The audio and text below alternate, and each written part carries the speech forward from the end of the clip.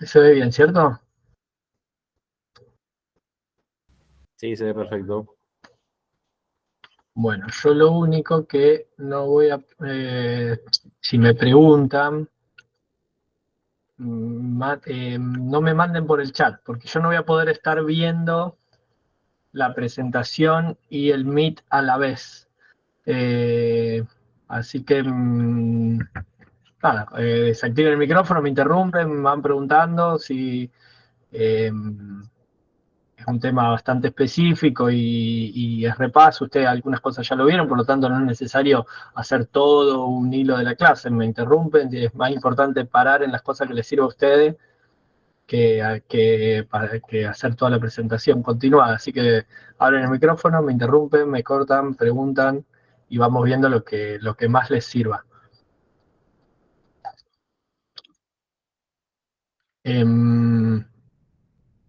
Nos va a hacer, o sea, ustedes el tema de, o sea, imagino que histología ya lo vieron, eh, pero es importante, o sea, repasar un poquitito esta imagen para tener presente la estructura eh, por la función que vamos a ver ahora, que es el primer paso para la formación de la orina, la función de filtración. Y después vamos a ir viendo, no solo en la filtración, sino en los demás pasos, tanto en la reabsorción, en la secreción, en los mecanismos de retroalimentación túbulo-glomerular, en los mecanismos de autorregulación renal, distintas estructuras de esta misma imagen, estructuras histológicas. La histología para riñón es fundamental. Conocer la morfología de la nefrona y conocer determinadas células clave, cada una de sus funciones, es fundamental. Esta estructura, cómo es la circulación renal, qué papel cumple la arteriola aferente por donde llega la sangre, qué papel cumple la arteriola eferente, que aquí tenemos células de músculo liso, forman un esfínter que regulan a través, lógicamente, de regular el diámetro arteriolar, regulan la resistencia arteriolar y por tanto regulan el flujo, y que también vamos a ver que como esto es una disposición que está en serie, en la circulación, la sangre llega por acá, pasa por este ovillo de capilares, en donde cada uno de estos espacios se ve la... ¿Ustedes ven el puntero del mouse cuando yo señalo? ¿Lo ven bien? Sí, profe. Sí. Listo, genial. Cada uno de estos espacios es la luz de los capilares. Esto es un ovillo y después la sangre sale por aquí y va a los capilares peritubulares, incluso si fueran... si fuera esto un glomérulo de una nefrona yuxtaglomerular, parte de esa circulación iría también a la vasa recta. Por lo tanto, nosotros tenemos una circulación en serie en donde estas dos arteriolas van a ser fundamentales para la regulación del flujo plasmático renal. Acuérdense que cuando las resistencias están en serie se suman, o sea, si se contrae cualquiera de las dos arteriolas va a aumentar la resistencia de todo el circuito. Bien, no es como cuando están en paralelos, que si tenemos resistencias en paralelo, una se contrae y la otra no, el flujo se redistribuye. Aquí, al estar en serie, por ley de continuidad del flujo, el flujo es el mismo en todo el circuito, por lo tanto, cualquier resistencia que aumente, aumenta la resistencia de todo el circuito y las resistencias en sí se suman. Pero después, además, tenemos la particularidad, que lo vamos a charlar hoy, de que una está por delante del ovillo de capilares glomerulares, donde se produce la filtración, y la otra está posterior a eso, o sea que la sangre llega, circula y sale de la cápsula. Por lo tanto, acá esto va a ser un punto muy importante, no solo para la regulación del flujo plasmático renal, sino también para la regulación en un juego de presiones hidrostáticas que va a ser fundamental para determinar la tasa de filtración glomerular, y ahora vamos a ver cómo funciona. Otro aspecto muy importante de la morfología que tienen que tener presente y que tienen que recordar, yo les digo cosas puntuales para recordar, después ustedes repasan histología, repasan anato y todo. Yo les digo puntos importantes que son sustratos muy importantes para entender la fisiología. Si no, después nos quedan como las cosas ahí colgadas, prendidas de un alfiler y no terminamos de armar bien la lógica de cómo funciona. En cambio, si ustedes no entienden la lógica, siempre uno hay cosas que estudia y se va olvidando, pero después las recupera fácilmente y las puede razonar. Es esta disposición que yo no sé si acá en este corte ustedes se llegan a dar cuenta bien, pero lógicamente esta es toda la cápsula de Bowman y el glomérulo, y esto de acá, ¿qué es? ¿Se dan cuenta ustedes qué es esto? ¿Se acuerdan? El túbulo contorneado distal. O sea, la parte final de la nefrona, cuando ya penetró en la médula y vuelve antes del túbulo, antes de todo el túbulo distal, digamos, de la parte cortical, cuando sale de la médula, pasa por muy cerquita de la cápsula de Bowman y pasa entre la arteriola aferente y deferente y forma este complejo de acá, que se llama aparato yuxtaglomerular. Es muy importante funcionalmente porque acá vamos a encontrar las células y acá vamos a tener la base estructural de una parte muy importante de la autorregulación glomerular y de la retroalimentación túbulo-glomerular. O sea, esto es un aparato que sensa lo que está pasando en el túbulo distal y manda información a la parte inicial de la nefrona. O sea que esta estructura de que salga, vuelva y pase por acá y siga, es muy importante para tener el sensor de lo que está pasando en la parte distal de la nefrona junto estructuralmente con la cápsula de Bowman y todo el glomérulo, que ya que lo que esté pasando ahí, vamos a tener distintos mecanismos para regular cómo va a funcionar la filtración. Acá vamos a tener una partecita de ese túbulo distal cuyo epitelio está modificado y forman parte estas células que se denominan, son células epiteliales modificadas que se denominan de la mácula derecha. Son células que sensan fundamentalmente los niveles de cloruro de sodio que llegan al túbulo distal y que además pueden comunicarse y enviar señales tanto a la arteriola aferente como a la arteriola eferente. ¿Bien? Que están aquí las células contráctiles, esas son las células de la mácula densa, y ahí tenemos las células del mesangio extraglomerular, y lógicamente ahí también tenemos las células yuxtaglomerulares que secretan renina y que tienen función muy importante, no solo, no solo en la nefrona, sino que también, como ustedes ya saben, forman parte del sistema renina-angiotensina-aldosterona, o sea, eh, pueden activar el angiotensinógeno y además pueden estimular la secreción de aldosterona. Otro aspecto muy importante, bueno, no nos vamos a detener en las células del mesangio, las células mesangiales intraglomerulares, pero en realidad tienen que saber que son muy importantes porque no es que solamente dan sostén, sino que estas son células también de músculo liso modificadas, que no solamente tienen sostén, sino que cumplen una función activa en la regulación de la filtración. Ahora vamos a ver por qué, pero básicamente, o sea, sin meternos en una cosa muy fina de la histología y de la fisiología celular, que por ahí después es difícil retener y que tampoco el objetivo es que ustedes expliquen estas cosas.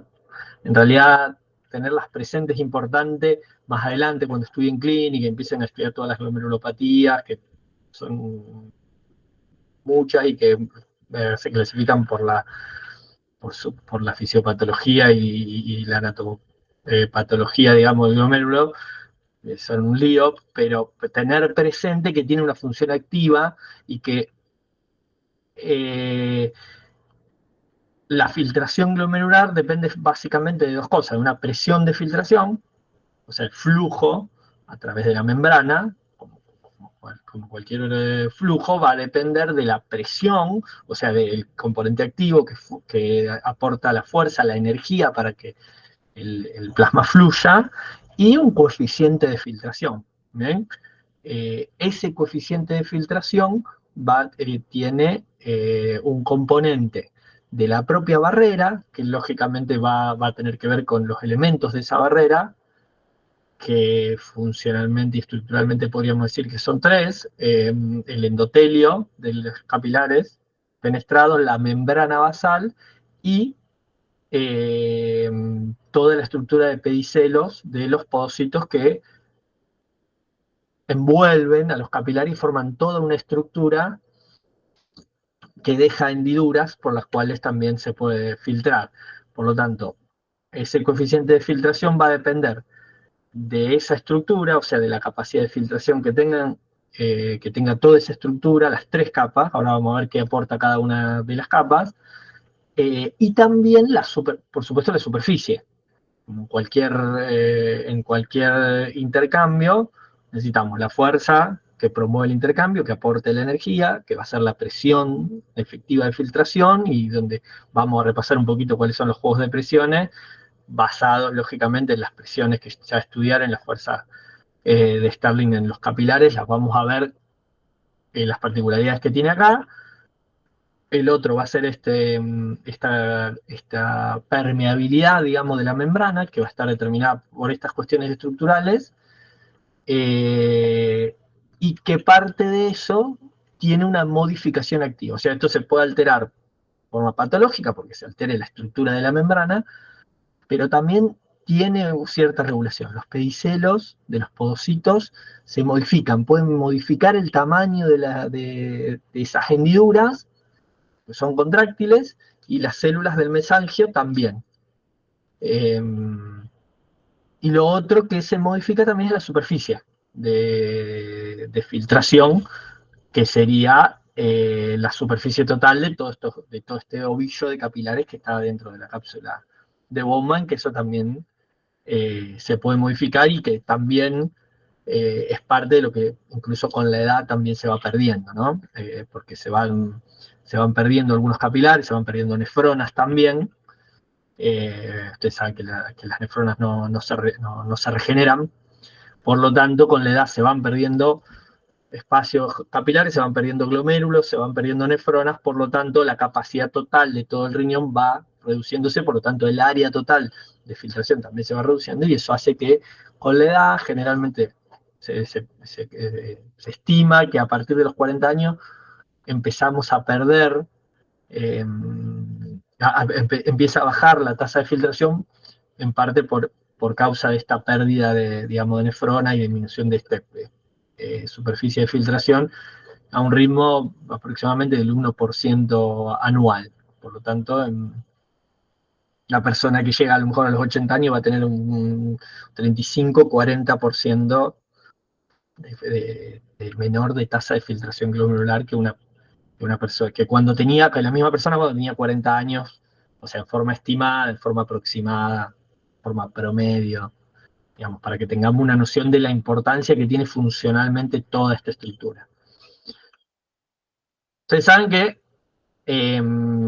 estamos hablando, hoy vamos a hablar de esto, del primer paso para la formación de la orina. Después vamos a tener toda la reabsorción, la secreción y el balance de todo esto, o sea, este juego de lo que se filtra menos lo que se reabsorbe y lo que se secreta, va a ser el resultado final de la excreción de cada una de las sustancias que van a conformar la orina. ¿Tienen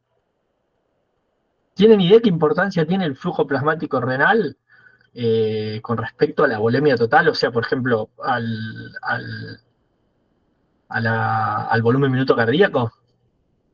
¿Cuánto es la sangre que pasa por el riñón? No era un Quería hablar de los 22 a 25. 20%. Es altísimo.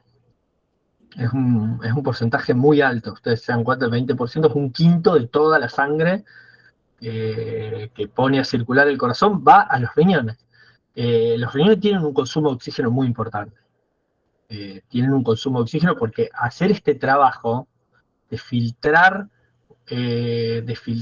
una cantidad de plasma y después reabsorberlo y reabsorber una cantidad enorme de sustancias que se filtran pero que se tienen que recuperar, que no se tienen que perder, proteína es un trabajo enorme del sistema. Ese trabajo requiere mucha energía y eso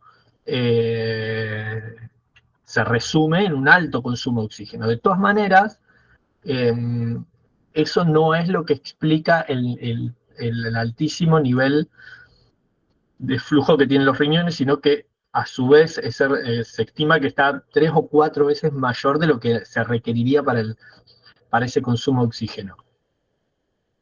Y esto es una adaptación muy importante, porque tienen idea aproximadamente cuánto de todo lo que ustedes saben que la sangre llega, como dijimos recién, pasa por los glomérulos y después se va por la arteriola deferente y circula por los capilares peritubulares. Todo el flujo plasmático renal es todo el flujo que pasa por todo el riñón, o sea que llega por la arteria renal y se va. ¿Tienen idea qué porcentaje es lo que se filtra de todo lo que circula? 20%, ¿no? Aproximadamente podemos decir que es un 20%, lógicamente varía, pero aproximadamente estamos hablando de un 20%. O sea que si estamos hablando de un 20% que se filtra del flujo plasmático renal y estamos hablando de que un 20% del volumen minuto cardíaco pasa por el riñón, estamos hablando de niveles altísimos de filtración. O sea, para tener una noción, ustedes saben en qué se mide, en qué unidad se mide la velocidad de filtración. Y mililitros por minuto. En mililitros por minuto. Aproximadamente, ¿cuánto sería una velocidad de filtración glomerular en una persona adulta? De 90 a 125 mililitros por minuto. Bien. O sea que estamos hablando eso por minuto. O sea, háganlo por 60 minutos, van a tener lo que les da en una hora, multiplíquenlo por 24 y van a tener lo que les da esa cuenta en un día. Y van a ver que los riñones, funcionando de forma normal, con esa tasa de filtración glomerular, están filtrando entre 160 y 200 litros por día de plasma. Aproximadamente cuántos litros de plasma tiene una persona adulta de 60, 70 kilos de peso. Aproximadamente de 5 a 6 litros, ¿no? Eso es de sangre. Acuérdense que la sangre tiene los componentes celulares y el plasma, o sea que no... Sí, pero hay que sacar el hematroquito del Claro. paciente. ¿Sería entre 2 y 3 litros, puede O sea ser? que estamos hablando de 3 litros, o sea que filtran 180, fíjense que pueden filtrar 6 por 3, 18, 60 veces el plasma. Una persona puede no circular por el riñón, filtrar, solamente estamos hablando de lo que se filtra. Circular por el riñón muchas más veces puede pasar por el riñón. Esto es un gasto enorme, porque eso se tiene que recuperar. Porque ¿cuánto de ese plasma se termina excretando en la orina? ¿Cuánto es el volumen de orina normal de una persona adulta? Mínimo, dígame un mínimo, porque lógicamente el máximo, o sea, esto es muy variable, pero dígame un mínimo. 500 mililitros. 500 mililitros. 500. 500, que puede ser 1 litro, que puede ser 1,5 litros, y que lógicamente si uno empieza a tomar mate a las 8 de la mañana como yo y va a estar 2 horas tomándose y me tomo todo este termo, capaz que salgo de acá y ya orino ese litro ahora a la mañana nomás y después me queda todo el día. O sea que lógicamente esto es muy variable porque depende del volumen del leg, depende de la ingesta de agua, depende de la ingesta de sal, depende de muchas cosas. Pero lógicamente vamos a estar en ese rango normalmente, 1 litro, 1,5 litros, 2 litros, en un consumo más o menos típico de un día normal. Por lo tanto, estamos hablando que 1 litro, 1,5 litros se va. se excreta, pero se filtra en 180, o sea que estamos hablando de que apenas el 1% de lo que se filtra se excreta. Por lo tanto, el otro 99% de lo que se filtra se reabsorbe. Ahí está el trabajo enorme del riñón, ahí está el consumo enorme. Lo que pasa es que esto es muy importante porque uno podría tener un riñón donde el flujo plasmático renal, en vez de ser el 20%, sea el 2 o 3%. Para el corazón sería mucho más fácil, mucho más barato, mucho más económico. La resistencia también del sistema sería menor, el gasto cardíaco sería menor, y uno podría filtrar a lo mejor el 2 o el 3% de todo eso, y filtrar 3, 4, 5 litros y excretar uno. Y sería mucho más económico también para el riñón. Y a lo mejor para muchas de las sustancias que vamos a ver, que van a ver ustedes, que la gran mayoría se reabsorbe y no se excreta, no sería un gran problema. El problema es para las sustancias que sí hay que excretar. Hay sustancias que se reabsorben completamente, hay sustancias que se reabsorben el 97, 98, 99%, y hay sustancias que prácticamente no se reabsorben, y hay sustancias que no se filtran y que hay que excretar y que se secretan. Entonces, para los desechos metabólicos que habitualmente y que cotidianamente produce el organismo, urea, creatinina, que se producen permanentemente producto del metabolismo y que hay que excretar, no es lo mismo si se filtran 3, 4 litros por día que si se filtran 180. Es mucho más fácil de excretar, y que sea más fácil de excretar quiere decir que se acumulan menos. Pues acuérdense que el nivel de la sustancia en el plasma depende de la velocidad de producción, de si se metabolizan o no, y de su velocidad de excreción. Por lo tanto, para los productos de desecho que ya no se vuelven a metabolizar, que dependen su eliminación, o sea, el nivel en el plasma, que suban o que bajen, depende de, de la velocidad de producción y de la velocidad de excreción, y si su velocidad de producción es constante, como por ejemplo la urea y la creatinina, el nivel en el plasma depende de la velocidad de excreción. Por lo tanto, tener una alta velocidad de filtración, una tasa alta de filtración, es muy favorable para que los niveles no aumenten. Por eso, como todo el funcionamiento renal depende de este primer paso, que es la filtración, vamos a usar la tasa de filtración glomerular como una medida de función renal. Y en la clínica pedirle a una persona un hemograma y mirar los niveles de creatinina o de urea, que son productos del metabolismo que se producen constantemente y que se eliminan por riñón, y mirar qué nivel tiene, y si ese nivel está aumentado, ya es un primer indicio que les tiene que prender una alarma y decir, che, ¿qué pasa con la función renal? De hecho, lo podemos usar para calcular la función renal, con o sin un examen de orina. Después vamos a ver alguna forma. Y eso para las sustancias de desecho que se producen cotidianamente en el metabolismo, pero imagínense una sustancia tóxica. Una sustancia tóxica que hay que eliminar rápidamente. En ese momento no van a querer tener un riñón que filtre 3 litros por día del cual eliminan 1 litro por día. En ese momento van a querer tener un riñón que pueda filtrar 180 litros por día, y por el que pase el 20% del volumen minuto. ¿Por qué? Porque cuantas más veces pase el plasma, en 1 minuto, en 10 minutos, en 1 hora, más veces pase, mucho más rápido van a poder eliminar la sustancia. Entonces, cuando estén con una intoxicación, lo que va a poder determinar la oportunidad de supervivencia o no del organismo va a ser la capacidad de depurar de este riñón. Y ahí tener un riñón que reciba el 20% del flujo plasmático renal, que tenga la capacidad de filtrar 180 litros por día, es una diferencia sustancial. Entonces, está bien. El problema es que para tener el que filtre 180 hay que sostenerlo las 24 horas del día, los 365 días del año y todos los años de nuestra vida. Pero bueno, evidentemente, evolutivamente, es muy superior tener este riñón y no uno que filtre el 1% por día. ¿Se entiende? por qué no es que lo hicieron para que les sea más difícil estudiar fisiología a ustedes. Evoluciona así porque es determinante en determinados momentos para poder eliminar sustancias fácilmente. Fíjense que el 90% del flujo plasmático se da en esta zona, en la zona cortical. Y apenas el 10% va por la zona medular. Y después vamos a ver las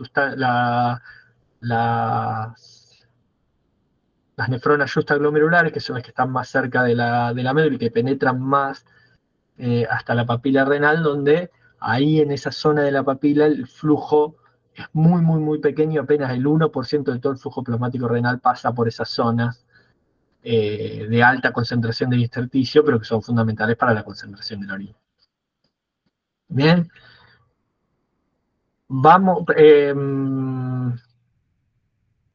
párenme si tienen dudas, si quieren que nos detengamos en alguna cuestión.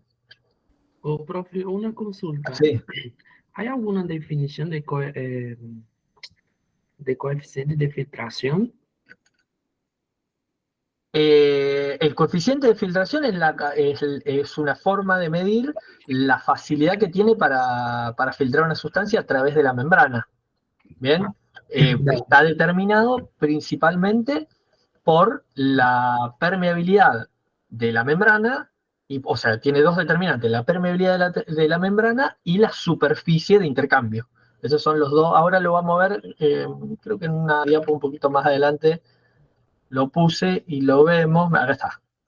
Coeficiente de filtración, área por permeabilidad. Ahora lo vamos a ver cuando veamos las fuerzas de la filtración y lo profundizamos un poquitito más. Dale. Terminamos con esto, que un poquito ya lo charlamos.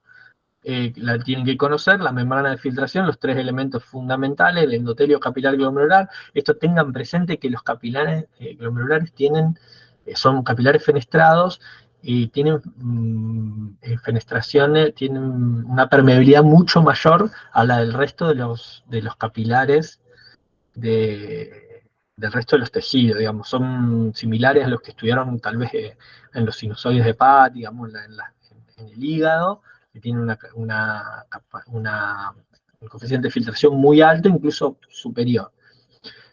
Tenemos una membrana basal que tiene, características histológicas particulares, pero que nos interesan mucho los glucoproteínas y el polianión que tienen esas glucoproteínas, que son aniones que todos están en el endotelio capilar y también están en la cápsula de Bowman. Pero bueno, son muy importantes ahí también en la membrana basal, digamos, cómo se interdigitan también las fibras de la membrana basal y ese polianión. ¿Por qué? Porque, por supuesto que las sustancias que filtran van a filtrar en función de su peso molecular y de su tamaño. El tamaño principalmente nos va a interesar el diámetro molecular, o sea, si pasan o no pasan por las fenestraciones. Pero en realidad no es el único determinante, ni siquiera el principal. Hay muchas sustancias, o sea, si ustedes miran, por ejemplo, este grafiquito que está sacado del Guyton, esto es cómo se relaciona la capacidad de filtración que dice relativa, porque 1 es la filtración del agua, y 0 sería que no filtra, entonces 0,8, 0,6, 0,4 es cuánto filtra en relación al agua. Si filtra 0,6 quiere decir que filtra el 60% en relación a lo que filtra el agua. Y el radio molecular efectivo sería el radio, digamos, de la estructura de la molécula. Si ustedes se fijan, sustancias que tienen menos de 20 Armstrongs, que serían 2 nanómetros aproximadamente de radio molecular efectivo, prácticamente filtran libremente o filtran prácticamente igual que el agua. Y las que tienen más de 38, 40, o sea que estamos hablando de más de 4 nanómetros, no filtran, prácticamente no filtran. En el medio de eso hay sustancias que filtran más y sustancias que filtran menos. Por ejemplo, la albúmina tiene un radio que puede estar entre 30 y 35 Armstrong. Creo que era 35. Pero la albúmina, ¿filtra o no filtra normalmente? No, No, No filtra. filtra. ¿Por qué no filtra? por la repelición de cargas. Porque lo repelen ¿qué cargas? Cargas negativas, ya que la barrera de filtración tiene abundantes cargas negativas y la albúmina también se repele. Bien. En este gráfico acá, fíjense que tienen 3 gráficas superpuestas. Una es de una sustancia neutra, una de una sustancia policatiónica y una sustancia polianiónica. Fíjense cómo filtra la sustancia policatiónica, o sea que tiene más cationes, cargas positivas, que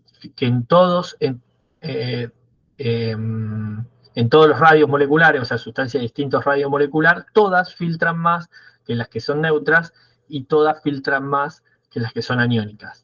O sea que en ese rango, entre las que filtran libremente y las que directamente no filtran, en ese rango las sustancias polianiónicas filtran mucho menos que las neutras y que las policatiónicas. Dentro de eso tenemos la mayoría de las proteínas que están en ese rango, y la albúmina particularmente, que está dentro de ese rango, que podría filtrar y podría atravesar las fenestraciones, pero que normalmente no filtra en una proporción muy, muy pequeña, estaría por acá en 0,0005 más o menos de permeabilidad relativa en condiciones normales.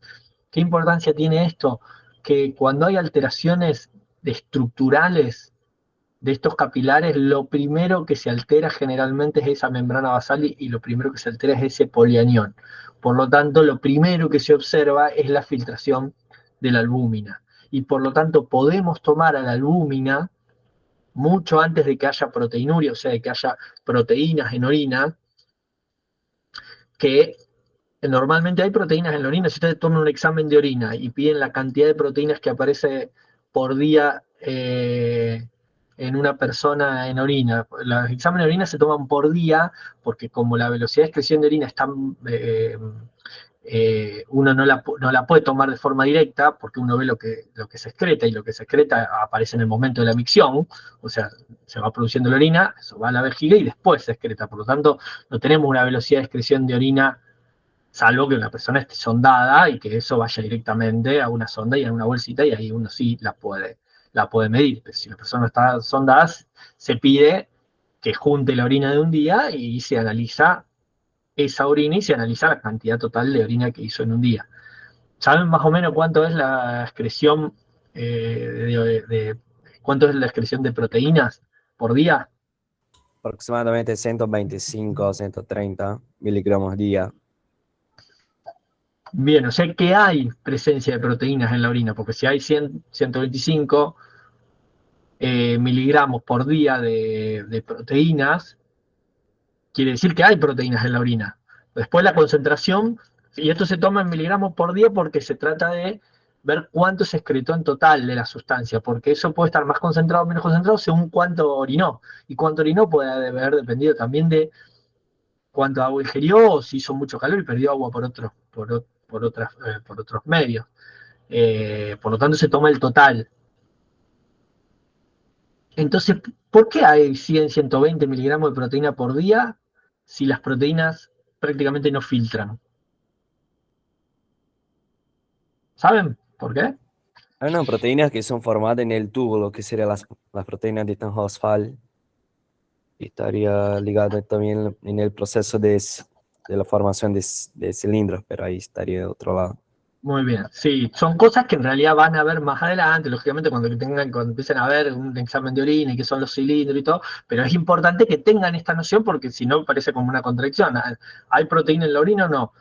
¿Se filtran o no se filtran? Pero hay. Bueno, ¿de dónde aparecen? Bueno, hay determinadas proteínas que son producidas por los propios túbulos, que son en su mayoría esta proteína Tam-Horsan, que tiene una función principalmente inmunológica en el túbulo y que es lo fundamental de esa proteína. Por eso vamos a tomar como un rango normal hasta 150 miligramos por día y recién vamos a considerar proteinuria en un rango, digamos, patológico que nos va a llamar la atención y que hay que investigar cuando sea mayor a ese nivel.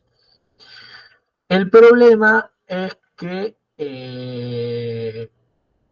si nosotros lo que queremos es tener una noción de cómo está funcionando esa membrana, podemos evaluar específicamente la albúmina, que secreta en cantidades mucho más pequeñas que esos 150 miligramos por día, y que si se altera, como la albúmina está justo en ese rango, que puede atravesar la membrana, pero que no la atraviesa por el polianión, los primeros cambios, las primeras alteraciones se pueden ver a través de la cantidad, los niveles de excreción de orina. Por eso vamos a pedir albuminuria como parte de evaluación, digamos, de un indicio de cuál es el estado de salud de esos capilares. ¿Bien? Y eso hay distintas formas de calcularlo. En general es hasta 30 miligramos de albúmina por día, y a partir de ahí se empieza a hablar de microalbuminuria, que hasta 300, y estamos hablando de miligramos, fíjense, de un total de 150 miligramos por día. O sea que para cuando haya proteinuria, si nosotros no pedimos específicamente albuminuria, ya va a haber mucha albúmina que está filtrando. Entre 30 y 300 miligramos por día se considera microalbuminuria, y más de 300 miligramos por día ya es macroalbuminuria. Eso después se pueden, ya cuando se empiezan a sumar se habla de proteinuria y todo. Hay distintas formas de calcularlo, esto en general lo hacemos en el taller, en los talleres de fisio, no sé si se acuerdan si lo hicieron, pero bueno, acá ya empiezan los juegos matemáticos. Lo que tienen que hacer es independizarlo del volumen total de orina, o sea, tienen que conocer la concentración de la albúmina en la orina, que se pide, y tienen que conocer el nivel de producción de orina total, y entonces con una regla de 3 simple, calculan la concentración por la cantidad de litros por día que se hicieron, y tienen el total de albúmina, y así pueden calcular la albuminuria. Si no tienen el total, lo que se puede hacer es el índice albuminuria-creatininuria, que como se asume que la creatinina tiene una producción constante durante el día, si se produjo más volumen de orina o menos volumen de orina, lógicamente van a estar más diluidas o más concentradas las dos, tanto la albuminuria como la creatininuria. Entonces se hace esta relación, albuminuria, creatininuria, y se puede tener una noción de los niveles de excreción de albúmina, no en función, digamos, a lo mejor de todo el día, pero sí en función de la producción total de creatininuria, que se asume que es constante. Entonces, cuando no tienen la diuresis, se puede usar este índice así. Si tienen la velocidad de excreción de orina, se puede calcular la orina minutada, pero esto serían personas ensondadas, personas que pueden estar a lo mejor en una internación. Seguimos, vamos con las presiones de filtración. ¿Alguna duda de esto, de lo anterior? ¿Seguimos? Sí, profe. Bien.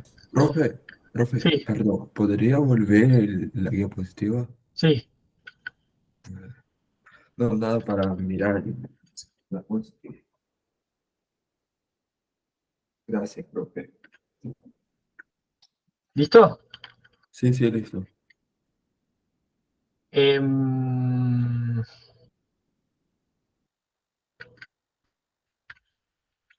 Seguimos.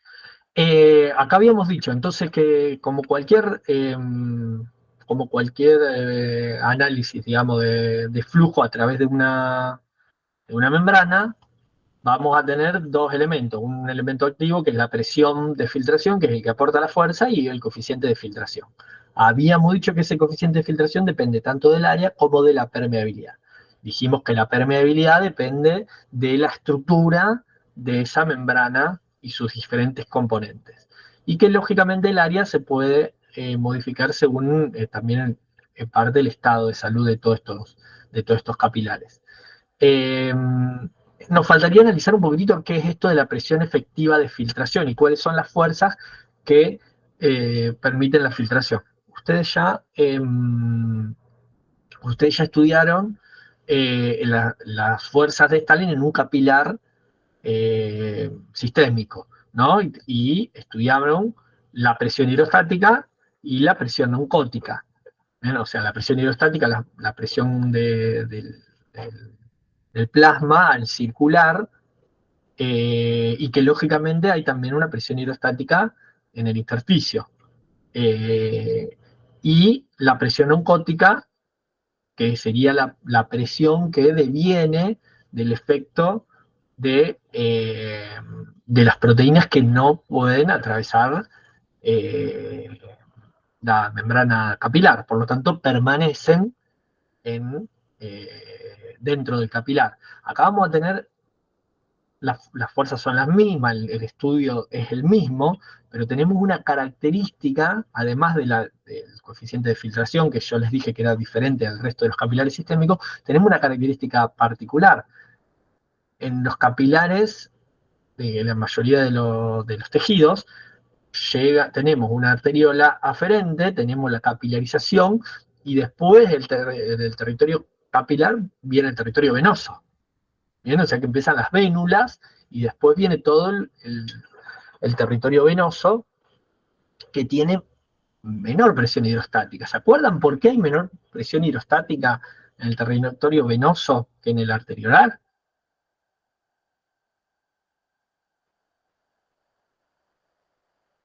Ustedes saben que la presión hidrostática va cayendo, o sea, en las grandes arterias va cayendo las arteriolas, y que después de las arteriolas cae mucho más abruptamente. Bien, en general va cayendo producto de la resistencia, pero ¿por qué en el lecho capilar cae bastante la presión hidrostática? ¿Y por qué en el lecho vascular también cae, en el lecho venoso cae tanto la presión hidrostática? Hola, chiquitín. Por la filtración, creo. Porque hay menos flujo. Si ustedes tienen un sistema continuo, por ley de continuidad de flujo, el flujo es el mismo en todo el sistema. No Profe, sería O sea, por... el flujo depende de la presión diferencial en los extremos, acuérdense, y de la resistencia. Si es todo un sistema en serie, las resistencias se suman, por lo tanto, diferencial de presión y resistencia, si aumenta la resistencia, baja el flujo en todo el sistema. Entonces no es por el flujo que cae, que es distinta la presión en una parte del sistema que en la otra. Hola, mi ¿No amor. sería por necesidades metabólicas? No, acá hay causas físicas. profe, no Y eso- tiene que ver, perdón, Sí. no tiene que ver con la histología de la pared del vaso. Exactamente, tiene que ver con la estructura de los vasos. ¿Por qué? La estructura de las arteriolas es mucho más rígida, tienen músculo liso, tienen menor compliance, tienen menor distensibilidad, y el territorio venoso tiene mayor compliance. O sea que se extiende más y por lo tanto la presión hidrostática cae. ¿Bien? En el espacio, o sea, en el glomérulo,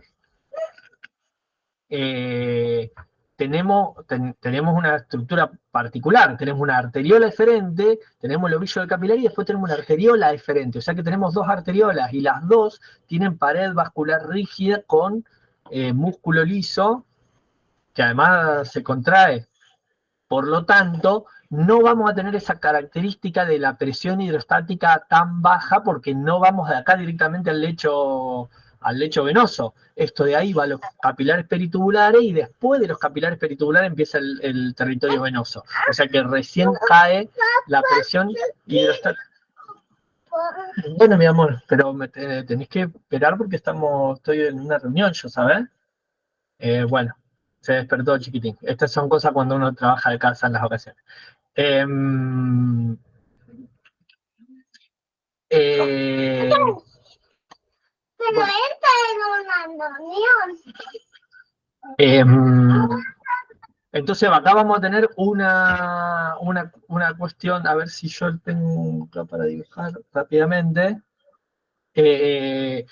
Ustedes se acuerdan que si ustedes lo dibujan, esto es el extremo arterial y este es el extremo venoso, y esta es la presión hidrostática, Sale medio feo porque es el mouse, pero bueno, en un capilar sistémico la presión hidrostática va cayendo así. ¿No? ¿Se acuerdan de esto?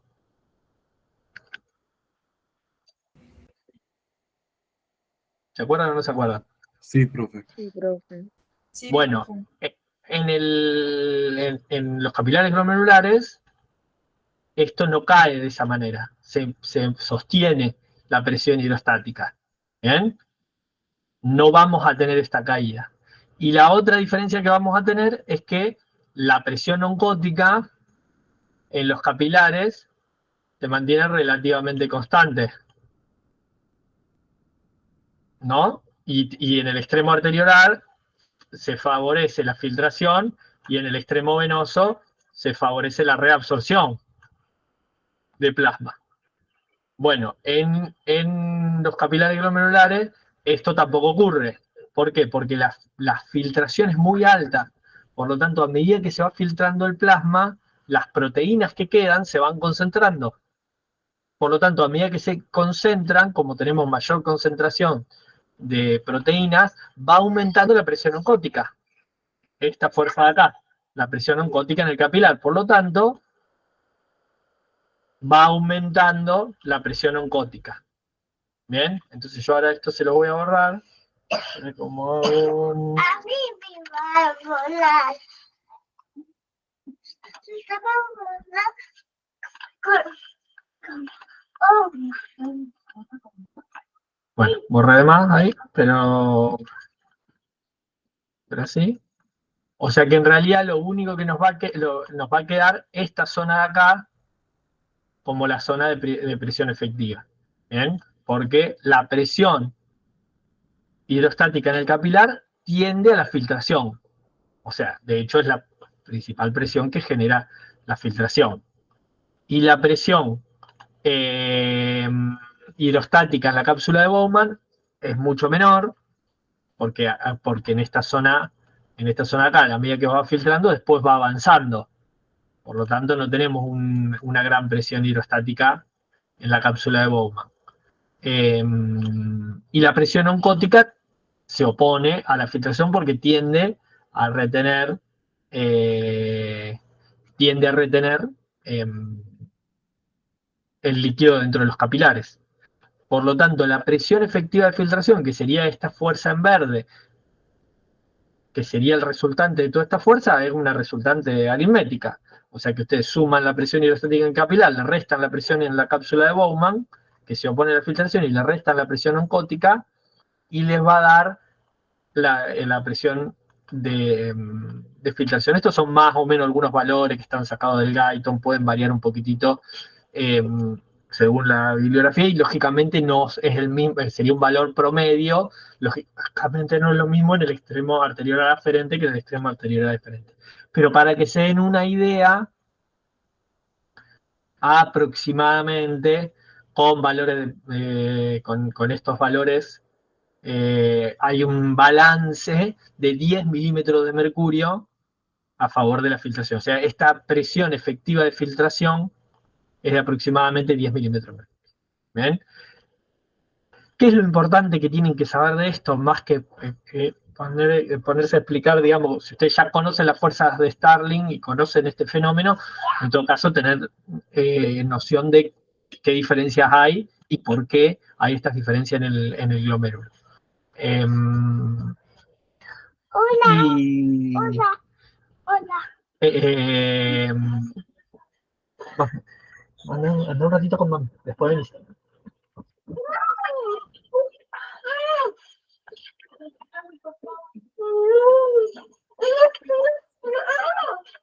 Un minutito, ya vuelvo.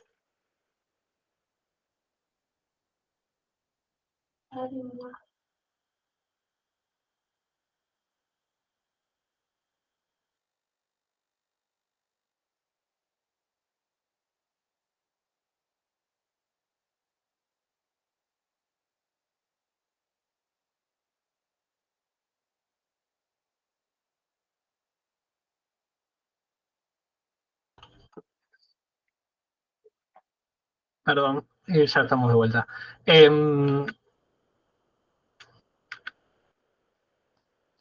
Por lo tanto, ¿qué es lo importante que hay que tener presente acá? Que los determinantes de la filtración en condiciones normales es principalmente la presión hidrostática capilar, que es además lo que principalmente va a regular el riñón para regular la filtración. Los demás son aspectos que se pueden alterar en situaciones patológicas, que lógicamente hay que tenerlo presente, porque cuando empecemos a estudiar patología, son cuestiones que pueden alterar la filtración, pero que en general no los vamos a trabajar ahora, no es objetivo, digamos, ahora de segundo año. O sea, esto se puede alterar, la presión hidrostática en la cápsula de Bowman, ¿se puede alterar? Sí. En general no se altera, ¿por qué? Porque el plasma que pasa acá fluye. Pero si tenemos una obstrucción, no sé, un cálculo renal que se clava y empieza a obstruir el sistema, el agua se empieza a acumular, se puede empezar a producir una hidronefrosis, empieza a acumularse el agua y empieza a aumentar la presión hidrostática en la cápsula de Bowman. Entonces empieza a aumentar la diferencia de presión entre el capilar y la cápsula, disminuye y por lo tanto la filtración disminuye. Pero son situaciones patológicas. La presión oncótica también puede modificar. Si se modifican la concentración de proteínas plasmáticas, eso puede aumentar o puede disminuir. Bien, si aumenta mucho la filtración, se concentra más y también puede, o sea, son situaciones que pueden modificarse y se modifican generalmente en situaciones patológicas. Donde más nos vamos a detener es en la presión hidrostática capilar, porque es la que en condiciones normales, dentro del funcionamiento de la autorregulación renal, se modifica para modificar esta presión efectiva de filtración y que es la que modifica la tasa de filtración glomerular. ¿Bien? Es el principal determinante en condiciones normales de la filtración glomerular. ¿Se entiende? Yo para tratar de también en qué detenerse, en qué prestar más atención, sería cuáles son las cosas que no pueden no saber. Sería así. No va a ser una pregunta de examen porque no es un objetivo, digamos, del área, de la comprensión que usted piense en situaciones o explique en situaciones de modificación de la presión estática en la cápsula de Bowman, por ejemplo, porque nadie pretende que ahora entiendan qué le pasa a una persona de una obstrucción. Pero sí que entiendan este juego de presión y que lo podamos pensar en la propia autorregulación renal. ¿Se entiende? Sí. Sí, profe. Bueno, esto que está acá, ya un poquitito lo charlamos antes, lo que es la fracción de filtración, cómo es el flujo plasmático renal, los valores relativos del flujo plasmático renal, la proporción que se filtra, la proporción que se excreta y que por supuesto lo que no se filtra es parte de lo que viaja por los capilares peritubulares y que por lo tanto también cumple una función fundamental después para la reabsorción. De hecho, esa presión oncótica aumentada que se va por este capilar juega un papel importante para favorecer la reabsorción después de una gran parte, digamos, de las sustancias que hay que reabsorber, que filtran por el plasma y que favorecen la reabsorción de esas sustancias después. En general, la presión, el flujo plasmático renal y la tasa de filtración glomerular se mantienen relativamente constantes a pesar del cambio en la presión arterial. Uno diría, la presión arterial es uno de los principales determinantes de esta presión hidrostática en el capilar. Si aumenta la presión arterial, aumenta la presión hidrostática en este capilar, por lo tanto aumenta la presión efectiva de filtración y aumenta la tasa de filtración. Bueno, eso, y ustedes saben que la presión arterial tiene una variación muy importante, digamos, en condiciones normales incluso. Primero que tiene la variación en el tiempo entre la sistólica y la diastólica, y después también tiene variación durante el día. No es lo mismo si uno está durmiendo, que si uno está de pie, que si uno está corriendo una carrera, si uno está levantando pesas. Y son todas situaciones normales de la vida cotidiana. Y la presión arterial puede variar entre 90 a 100 milímetros de mercurio o hasta 160, 170, 180 milímetros de mercurio en distintas situaciones de la vida cotidiana. Bueno, dentro de ese rango, entre 80 y 170, 180, opera una autorregulación renal, que la principal regulación depende de la resistencia variable de la arteriola aferente, que hace que se mantenga relativamente constante el flujo sanguíneo renal y también relativamente constante la tasa de filtración glomerular a partir de regular la presión hidrostática en el capilar. Solamente cuando la presión cae por debajo de 80 milímetros de mercurio ya se empieza a notar la caída del flujo sanguíneo renal y por lo tanto también la caída de la tasa de filtración glomerular. Incluso en la presión arterial aumentada, que aumenta mucho el flujo plasmático renal, tampoco se nota tanto el aumento de la tasa de filtración glomerular. Si bien hay un aumento de la diuresis por presión y un aumento de la tasa de filtración por aumento de la presión arterial, tampoco es tan importante. Y fíjense qué grande que es el rango de autorregulación tanto de la tasa de filtración glomerular como del flujo sanguíneo renal, que tiene dos principales mecanismos. Un mecanismo miogénico, que es el mismo mecanismo para la autorregulación, digamos, de los territorios vasculares y que tiene que ver con esa reacción, digamos, del músculo liso vascular, que frente a la tensión, el aumento de la tensión en la pared, se produce una constricción, y entonces ante el aumento de la presión hidrostática aparece cierta constricción que mantiene relativamente constante el flujo, y después hay también un mecanismo de retroalimentación túbulo-glomerular, que es lo que vamos a trabajar un poquitito ahora. ¿Bien?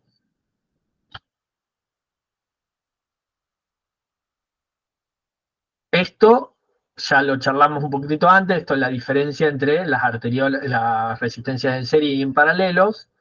Por lo tanto, ustedes ya lo charlamos, que cuando las resistencias están en serie, o sea que las resistencias son reguladoras del flujo. Cuando están en serie, se van sumando y cualquier aumento de la resistencia hace caer el flujo, y que cuando están en paralelo, si aumenta la resistencia en una de las posibles vías que tiene que tener el flujo se redirige hacia otros lados.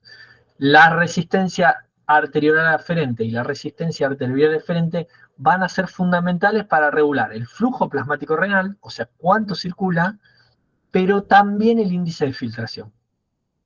Para ver cuánto circula, no es difícil razonarlo. El aumento de la resistencia disminuye el flujo. ¿Bien? Flujo es diferencial de presión por resistencia, sobre resistencia, perdón. Por lo tanto, el aumento de la resistencia disminuye el flujo y la disminución de la resistencia aumenta el flujo. El tema es acá, en la filtración, donde nosotros tenemos una resistencia antes y una resistencia después. Y acá hay un juego de resistencias que modifica la presión hidrostática en el capilar. ¿Bien? Esto sería cómo opera en el flujo general la resistencia de la arteriola aferente, lo que charlábamos recién, aumenta la resistencia, disminuye el flujo sanguíneo y por lo tanto disminuye también la filtración, ¿no? Porque disminuye el flujo total acá y por lo tanto cae también la presión hidrostática. El tema es cuando la que se contrae es la resistencia deferente, o sea, después de pasar por el capilar.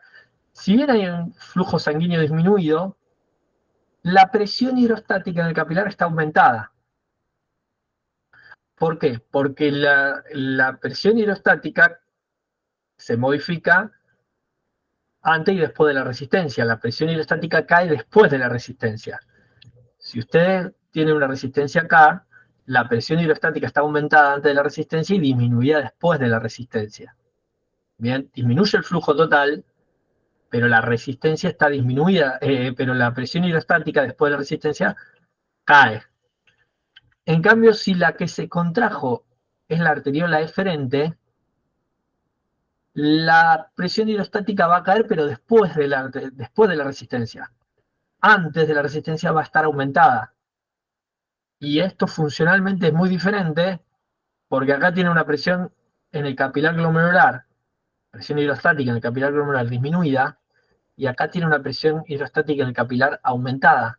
Por eso, este juego de resistencia es muy importante para regular la presión hidrostática en el capilar y para regular la tasa de filtración glomerular. No sé si les voy a mostrar otra imagen acá. Y vamos a hacer algunos ejemplos. No sé si llegan a entender o tienen preguntas sobre esto. No, está bien, profe. Se entiende. ¿Se entiende? Vamos a hacer un pequeño ejercicio y lo pensamos juntos. Acá podemos contraer la arteriola aferente o podemos contraer la arteriola eferente. Hay distintos mecanismos para la contracción de estas arteriolas. Bien, hay mecanismos, por supuesto, está el simpático, bien, que genera constricción, vasoconstricción, por inervación directa, y también a través de la secreción de adrenalina y noradrenalina.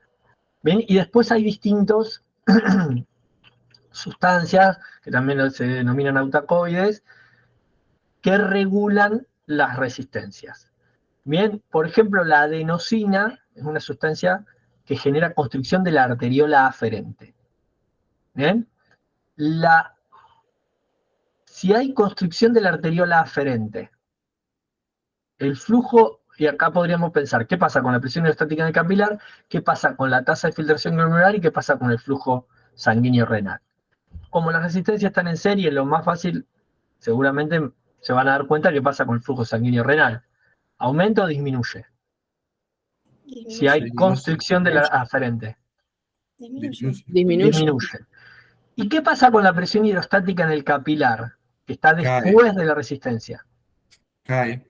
Cae también. Si cae la presión hidrostática en el capilar, ¿qué pasa con la tasa de filtración glomerular? Disminuye igual. Disminuye también.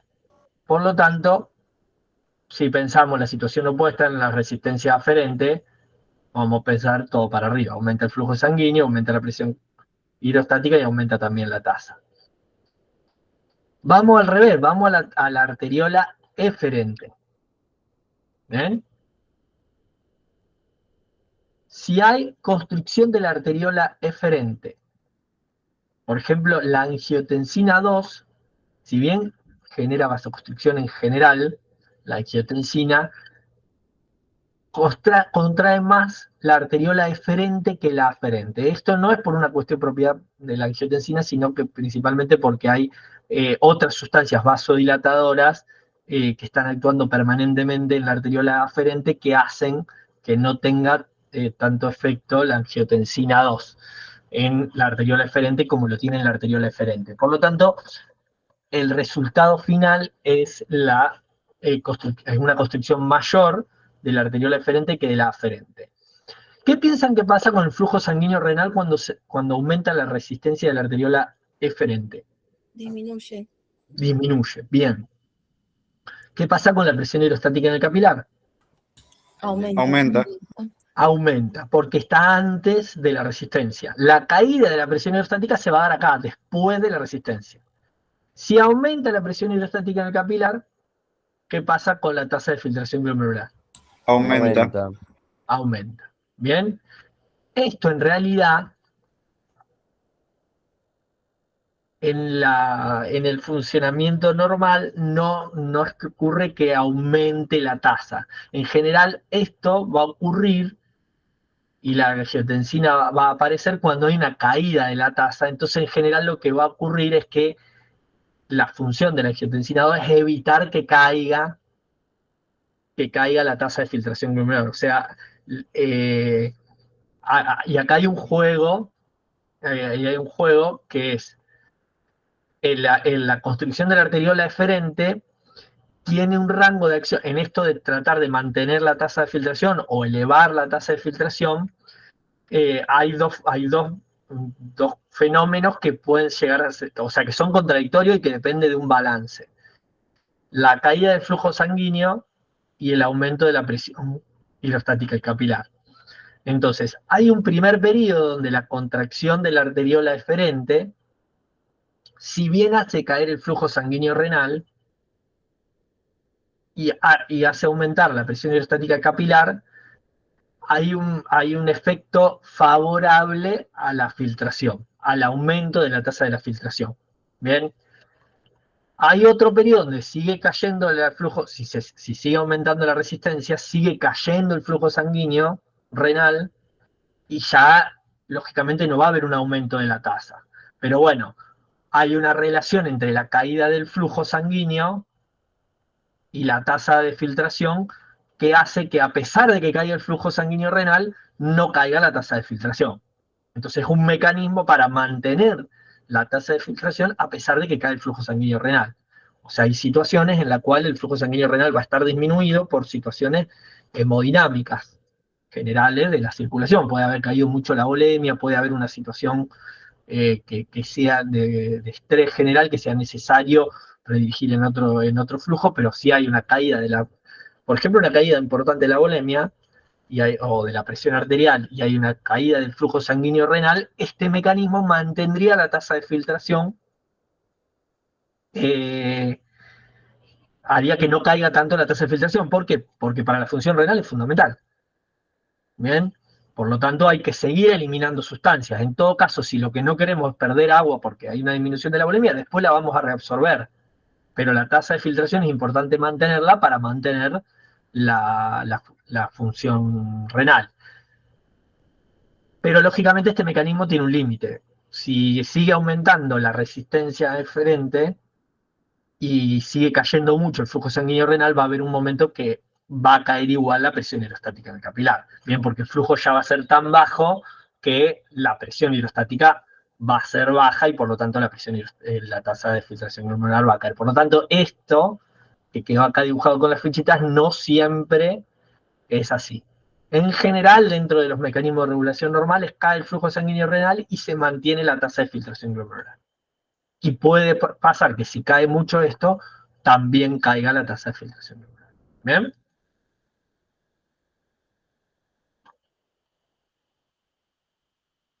Profe, Sí, una consulta sobre el mecanismo miogénico. sí.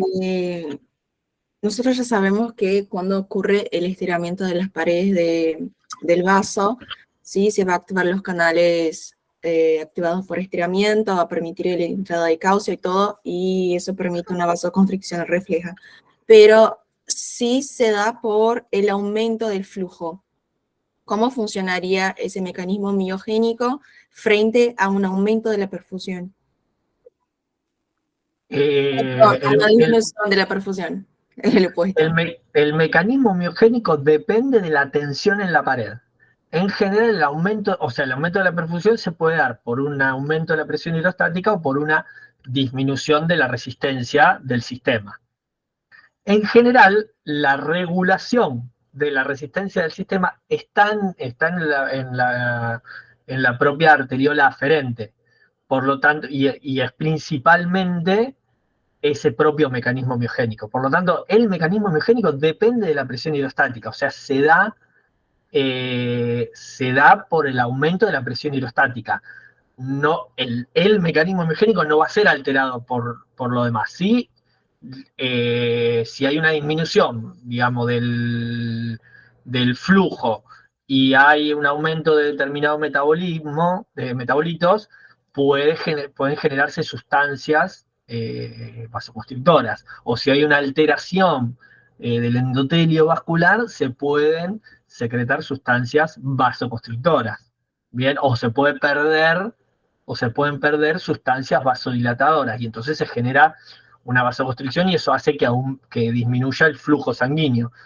Pero el mecanismo miogénico en sí, como si uno lo estudiara aisladamente, no se relaciona con el flujo, se relaciona con la presión, con la presión hidrostática. ¿Por qué? Porque la presión hidrostática es lo que efectivamente genera la tensión en la pared. O sea, la tensión en la pared del vaso depende de la fuerza que hace la sangre cuando circula. Y eso depende la presión hidrostática y de la energía cinética que tiene el Claro, líquido pero que circula. Y Perdón, esa sí. tensión hace que cuando se distienda aparezca el ingreso diferencial de calcio y eso genere la constricción. Claro, Digamos, esa sería la teoría que explica el mecanismo biogénico. no, yo me expliqué mal, perdón, profe.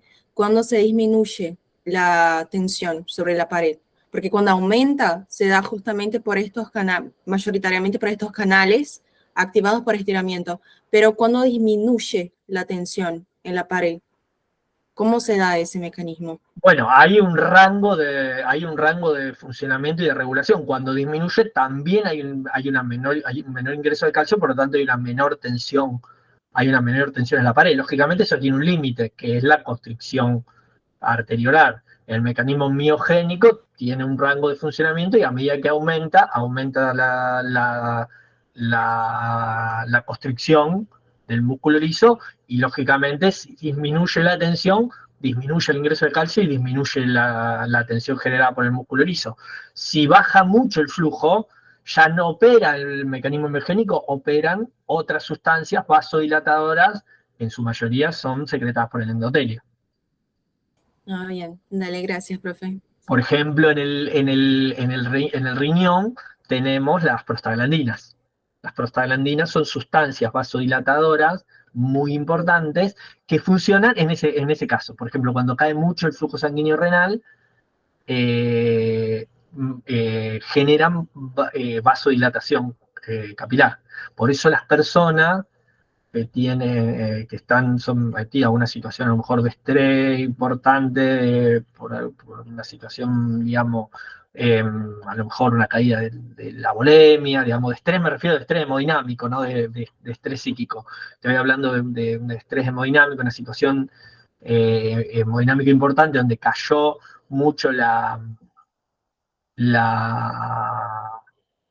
el flujo sanguíneo renal. Las prostaglandinas son fundamentales para mantener, a pesar de la caída del flujo y a pesar de la caída de la presión hidrostática, mantener un flujo mínimo, no solo que garantice ya la filtración glomerular, que puede estar disminuida, si esto es muy importante, sino garantizar la circulación por los capilares peritubulares, porque la circulación funcional del riñón es la misma que la que le provee la sangre para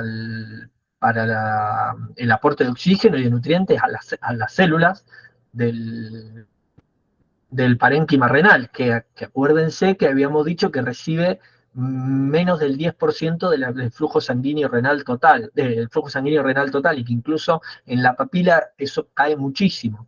Por lo tanto, si cae el flujo sanguíneo renal, hay zonas del parénquima renal que puede caer mucho la perfusión y por lo tanto generarse hipoxia y puede generarse necrosis del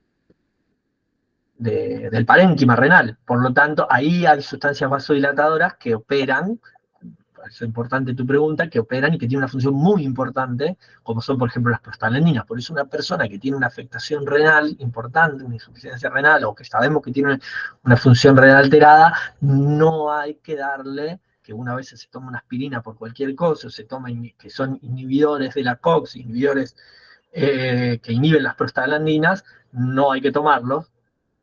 ¿Por qué? Porque uno puede estar inhibiendo estas prostaglandinas que sí, va a disminuir a lo mejor el dolor que se lo toma por un dolor muscular de cualquier otra cosa, pero una persona que tiene una falla renal, esto le puede evitar que tenga estas prostaglandinas y eso genere una caída del flujo sanguíneo renal en el parénquima renal tan importante que genera hipoxia y arruinar un riñón que ya después no tiene arreglo. Esto, nada, Gracias, profe. a título informativo, porque justo vino la pregunta que es muy importante. Comprender esta parte de funcionamiento del riñón es muy importante, porque es cierto, uno siempre se detiene como está bien, y en esta época, o en esta etapa de la carrera, lo que tienen que entender es esto, cómo funciona en relación a la hemodinámica y cómo funciona para regular la filtración glomerular y cómo funciona para la función renal. Pero bueno, no deja de ser muy importante comprender que en situaciones de mucha caída de la presión arterial están estas sustancias vasodilatadoras que son fundamentales para la función, para la circulación en las zonas de baja presión. hidrostática. Bueno, estos serían dos diagramas de flujo que muestran cómo operan los mecanismos de retroalimentación túbulo-glomerular de la estructura que vimos al principio en el aparato yuxtaglomerular y esas células de la mácula densa, cómo operan ante un aumento de la presión arterial o una caída de la presión arterial.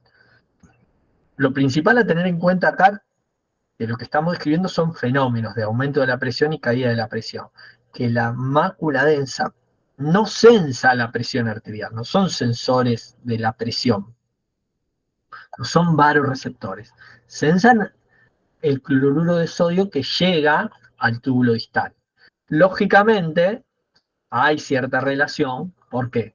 Porque hay un aumento de la presión, puede haber un aumento del flujo sanguíneo glomerular y puede haber un aumento de la presión del capilar glomerular y puede haber un aumento de la filtración de la nefrona. Que este mecanismo es menos importante que este. Incluso lo vimos en el grafiquito que yo les mostré de cómo se regulaba el flujo sanguíneo renal. Esto ocurre menos. Pero si hay un aumento de la tasa de filtración por otras razones que no sea solamente la presión, siempre que haya un aumento de la tasa de filtración, como ustedes saben que lo que se filtra pasa por el túbulo contorneo proximal, pasa por el asa descendente de Henle, sube por el asa ascendente de Henle y después, cuando llega al túbulo distal, ahí se sensa la mácula densa y ustedes saben que en toda esa primera zona la tasa de reabsorción es constante en relación al porcentaje. Hay un porcentaje muy importante de cloruro de sodio y por lo tanto también del agua que se reabsorbe. Entonces 70-75% se reabsorbe en el túbulo contorneado proximal y en el asa de Henle, incluso un poco más. Por lo tanto, lo que llega al túbulo distal es proporcional siempre a lo que se filtra. Por lo tanto, lo que se va a estar censando acá es una proporción. Perdón, una proporción de lo que se está filtrando. Por lo tanto, esto tiene un mecanismo que puede generar la construcción de la arteriola aferente, y si generamos una construcción de la arteriola aferente, ¿qué pasa con la presión hidrostática en el capilar? Disminuye. Disminuye el flujo sanguíneo glomerular y disminuye la presión hidrostática en el capilar, con lo cual va a disminuir la tasa de filtración y con lo cual genera como una retroalimentación negativa sobre el cloruro de sodio que va a llegar a la mácula densa. Lo opuesto, la situación opuesta sería una caída de la presión arterial, que lógicamente va lógicamente dentro de determinado rango, opera de la siguiente manera. La caída de la presión hidrostática va a generar una caída de la filtración glomerular y por lo tanto, por lo que charlamos recién, como lo que llega al túbulo distal es la parte proporcional de lo que se filtra, va a haber una caída de cloruro de sodio en la mácula densa y esto se va a censar así. Esto tiene un mecanismo directo sobre la resistencia de la arteriola aferente, que va a disminuir el estímulo de vasoconstricción, por lo tanto, eso tiende a aumentar la presión hidrostática glomerular. Lógicamente va a depender de cuánto sea esta caída de la presión y de cuánto sea la caída del flujo sanguíneo, pero dentro de un determinado rango opera de esta manera. Si la caída no es muy importante, genera una vasodilatación de la arteriola aferente. Y también vamos a tener el otro sistema, el de la renina, ¿bien? Porque también se estimula la secreción de renina que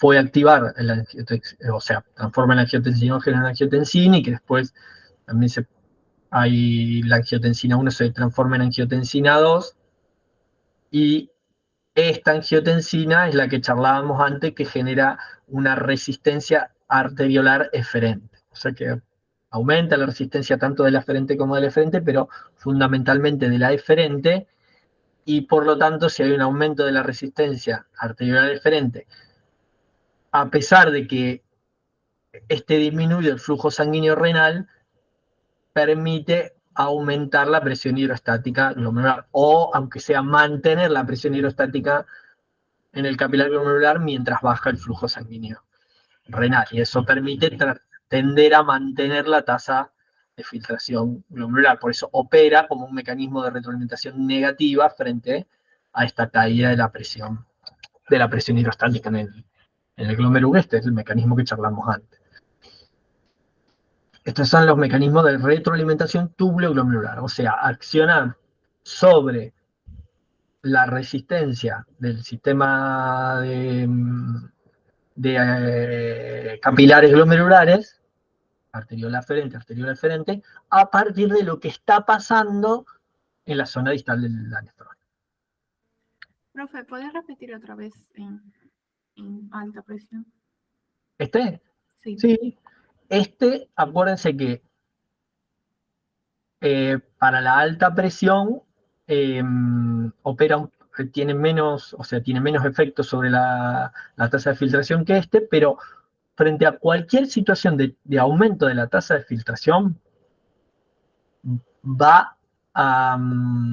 esto se va a censar porque va a aumentar el cloruro de sodio a nivel de la mácula densa. Esto se censa y esto genera un aumento de la construcción de la arteriola aferente. Acuérdense la estructura, que estas células de la mácula densa están en el epitelio y están muy cerquita de las arteriolas, o sea que tienen mecanismos directos para generar la constricción arteriolar. Entonces esto genera vasoconstricción aferente, y entonces eso hace que haya un aumento en la resistencia y por lo tanto una caída del flujo sanguíneo glomerular y de la presión capilar glomerular. Este sería este caso de acá. Si aumenta la presión, se genera esta constricción y por lo tanto cae la presión hidrostática en el capilar.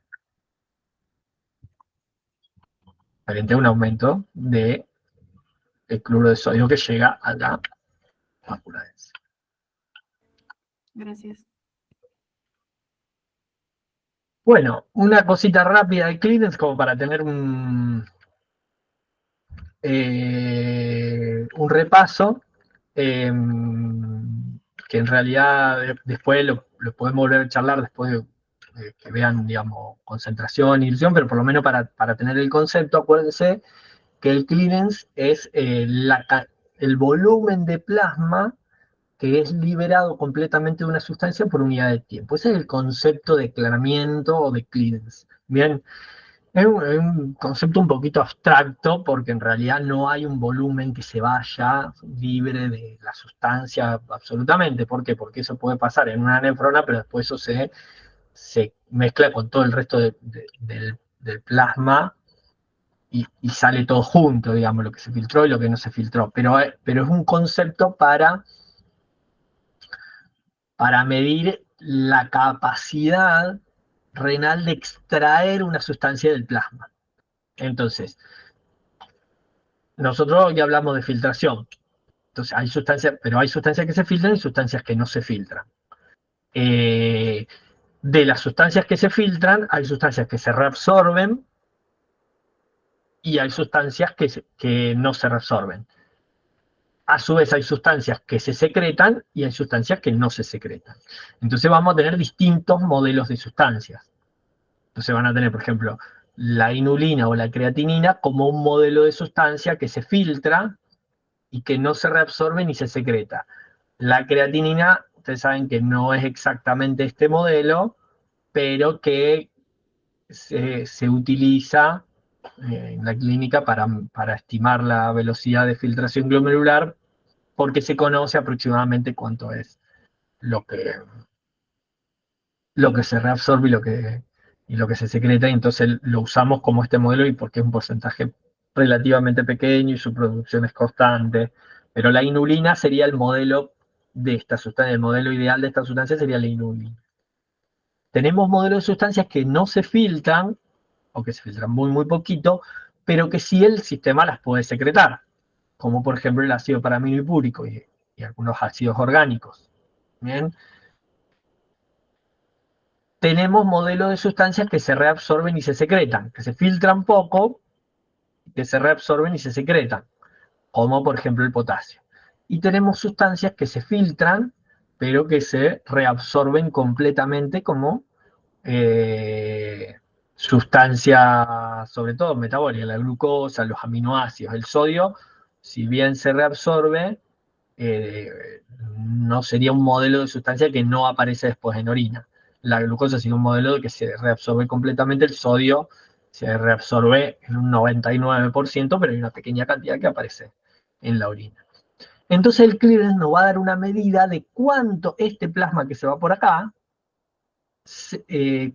cuánta sustancia se pudo eliminar de este plasma que se va por acá.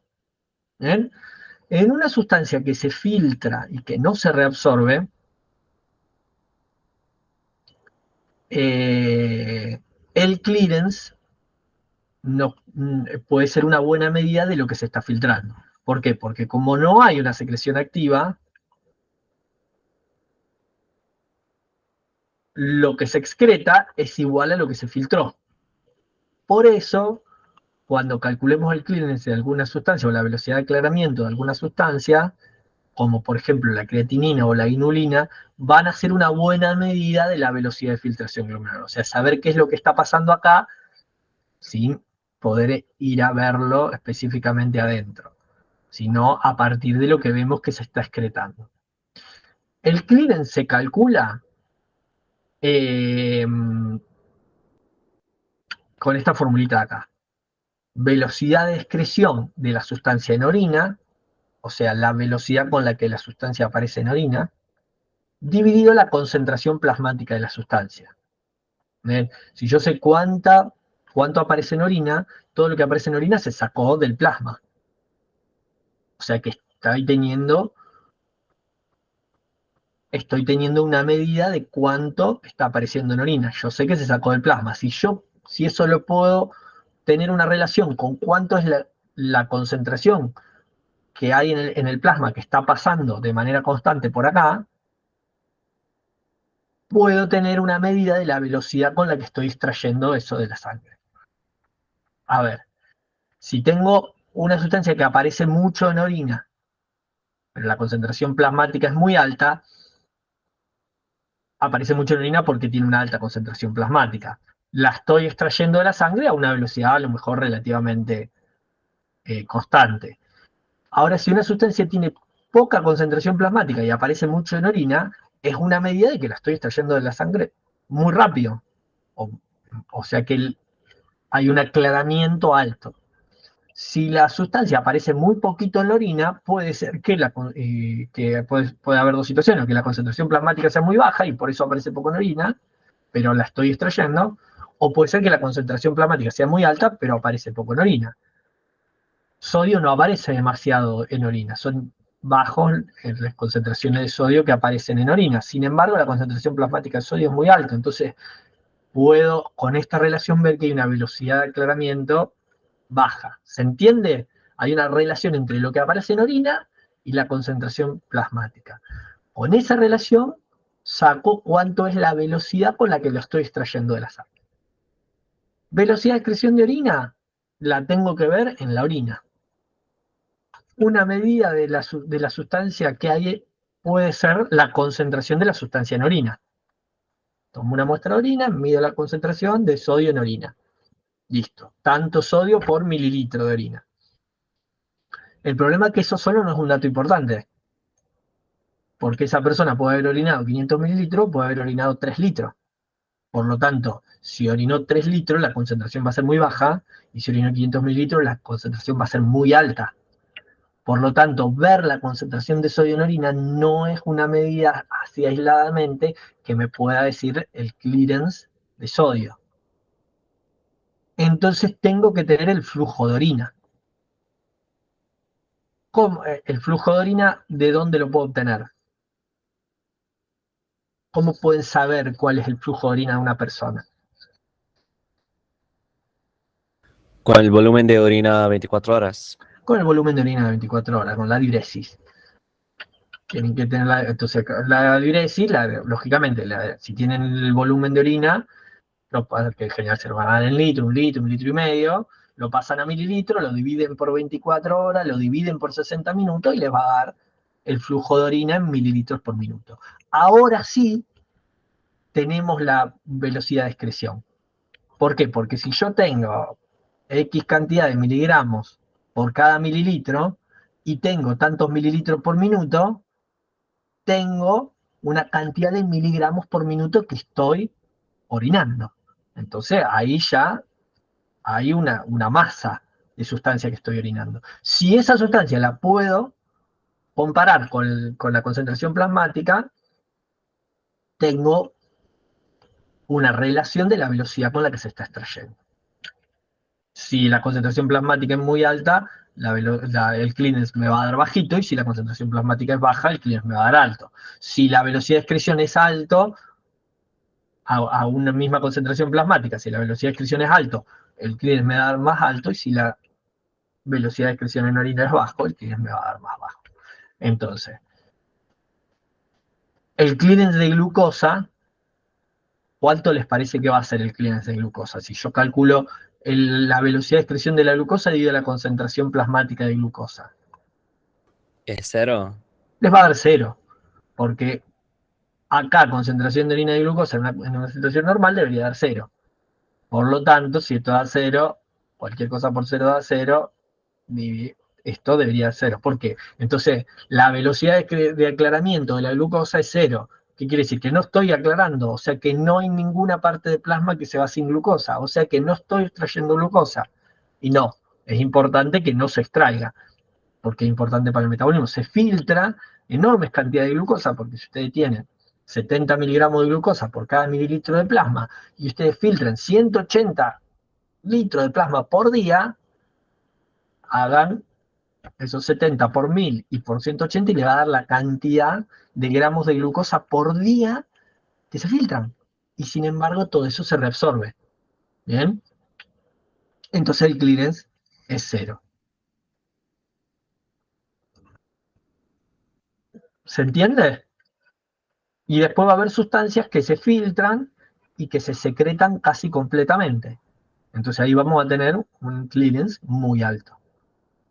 ¿Bien? Pues vamos a tener un volumen de plasma muy alto, y acá, si lo que se secreta es el 100% de lo que circula, como por ejemplo el ácido paraminipúrico, que no es el 100%, pero es un porcentaje muy, muy alto, el volumen de plasma que se va sin ácido paraminipúrico del capilar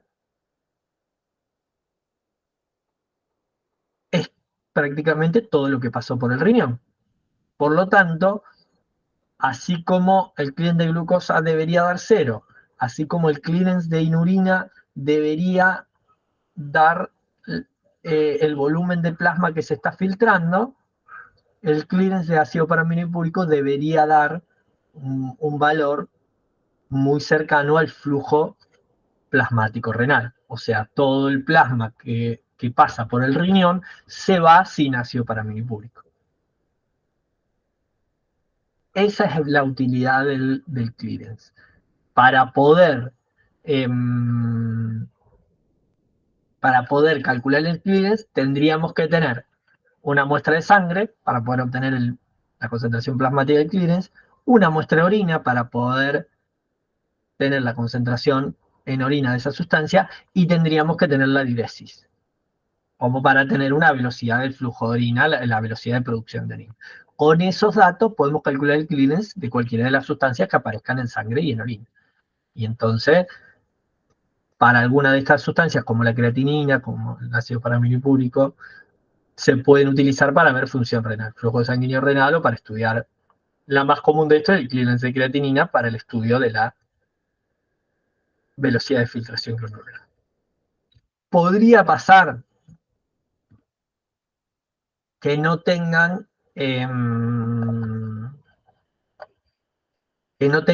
muestra de orina, pero tienen una muestra de plasma, o sea, tienen un hemograma y tienen el clearance de creatinina, y tienen la concentración de creatinina. como habíamos charlado al principio, la concentración de creatinina en plasma depende de la velocidad de producción y de la velocidad de excreción. Si la velocidad de producción es relativamente constante, la velocidad de excreción renal va a determinar si sube o baja la concentración sanguínea de esa sustancia.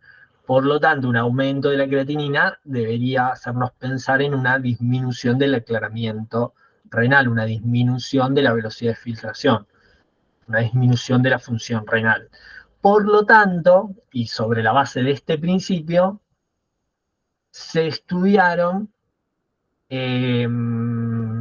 una relación entre la velocidad de filtración glomerular y los niveles plasmáticos de creatinina. Lógicamente hay una relación, a menor velocidad de filtración, mayor concentración de creatinina, a mayor velocidad de filtración, menor concentración de creatinina. ¿Bien? Lo que se hizo fue estudiar muchísimos datos y buscar esa relación. Lógicamente, en todas las personas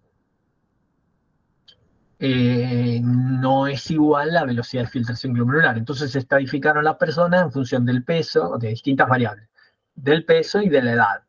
Lógicamente también del sexo, porque es distinta la velocidad de filtración según los sexos. Entonces se armaron, en función de todas estas estadísticas, fórmulas que permiten estimar aproximadamente, de forma predictiva, o sea, cómo sería en función de los valores generales de la normalidad, o sea, estadísticamente mayoritario de toda una población, en función del peso y de la edad y, lógicamente, de la concentración de creatinina. Y entonces se armaron estas formulitas así. Entonces, se creó esta fórmula en donde el clearance de creatinina se puede estimar haciendo 140 menos la edad en años de la persona por el peso en kilos de la persona dividido, un factor de corrección, y la concentración de creatinina de esa persona. Entonces, cuanto mayor sea la concentración de creatinina, menor va a ser el clearance, y cuanto menor, por supuesto, mayor va a ser el clearance. Y podemos tener una estimación bastante aproximada de la velocidad de filtración glomerular de una persona sin tener una muestra de orina. Lógicamente, la forma más precisa de hacerlo es con una muestra de orina y calculando con la fórmula completa. Si no se tiene y se necesita estimar como para tener una primera aproximación, decir, bueno, che, acá hay un aumento de la creatinina, hay una disminución de la función renal. ¿Cuánto es esa disminución de la función renal? Pueden aprovechar esta fórmula que ahora ya no hay ni siquiera que acordársela de memoria, porque viene, te bajas una app y pones la edad de la persona, poner el peso en kilo y la concentración de creatinina y se puede calcular. Esto no es necesario que se aprendan las fórmulas de memoria, es a término, digamos, informativo, digamos, para que tengan una noción de la importancia de las distintas formas. Bueno, de filtración, eso, no hay mucho más. ¿Preguntas de otros temas que les hayan quedado? Profe, ¿podés hablar un poco sobre el clearance de agua libre? Sí. A ver, no sé si tengo alguna diapo para mostrarles. A ver si tengo alguna diapo para mostrarles. El clearance de agua libre, mientras busco, les voy contando algo. A ver si.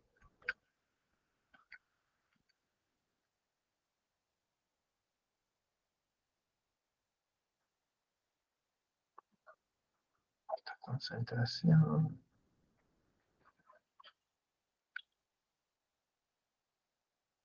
Ah, capaz que lo tengo en un Word. A ver, creo que tengo un archivito de Word para calcularlo. Si me dan un minuto, lo busco y se los muestro.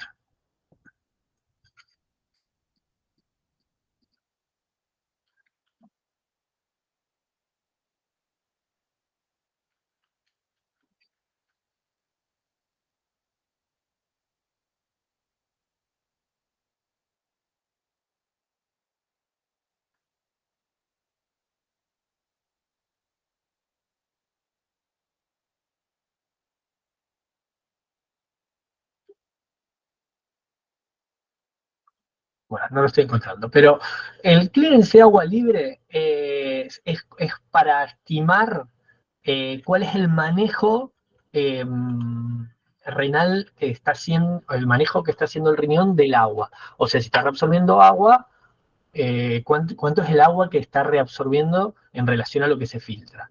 Para eso lo que compara es la osmolaridad. Bien, vamos a tener en cuenta el aclaramiento de solutos, o sea, cuánto es el volumen de plasma que se va eliminado totalmente de solutos. Vamos a usar también el clearance osmolar. Estoy buscando, yo creo que tenía tengo en algún lado, un Word con unos problemitas, un ejemplo para que lo podamos ver con un ejemplo y no lo veamos tan en abstracto. Pero el clearance de agua libre es eso, es un cálculo para tener una noción de cómo es el manejo de agua que se está haciendo y el manejo de solutos. Entonces se está reabsorbiendo más agua que solutos, se está reabsorbiendo más solutos que agua. Y se utiliza la osmolaridad para eso. A ver si encuentro.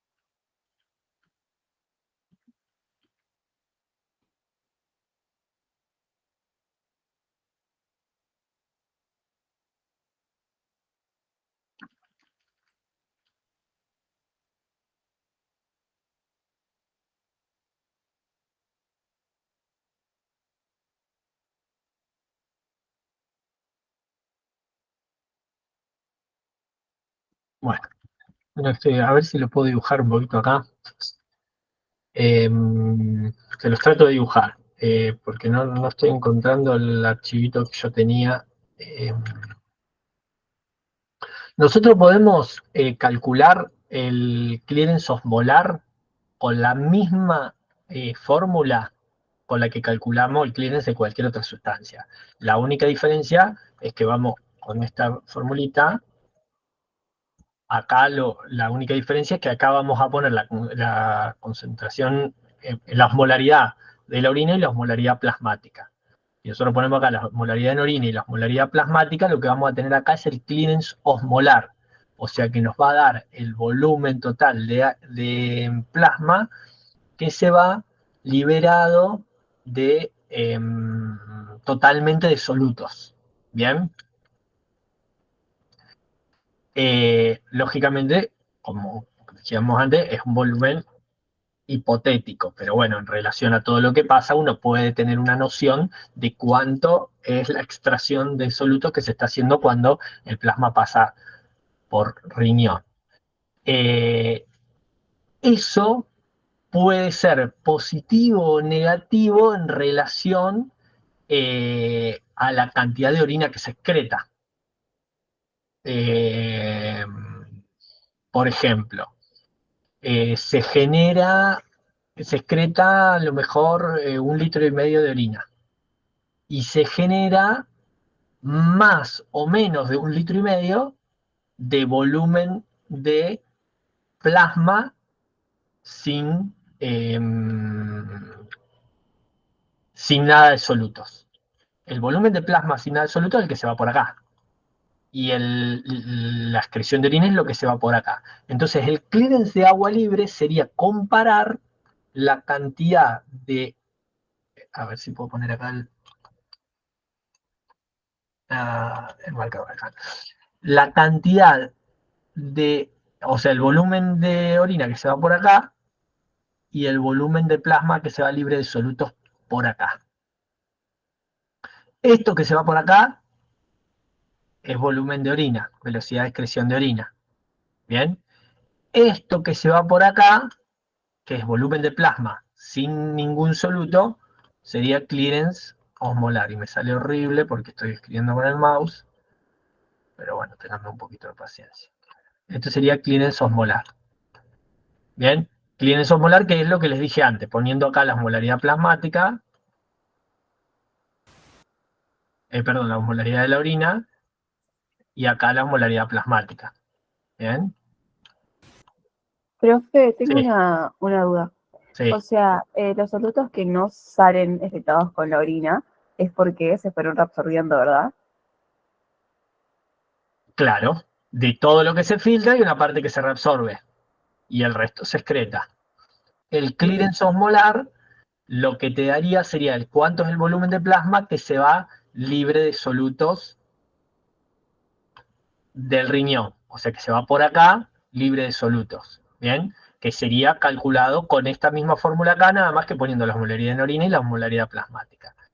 El clearance de agua libre sería el clearance de agua libre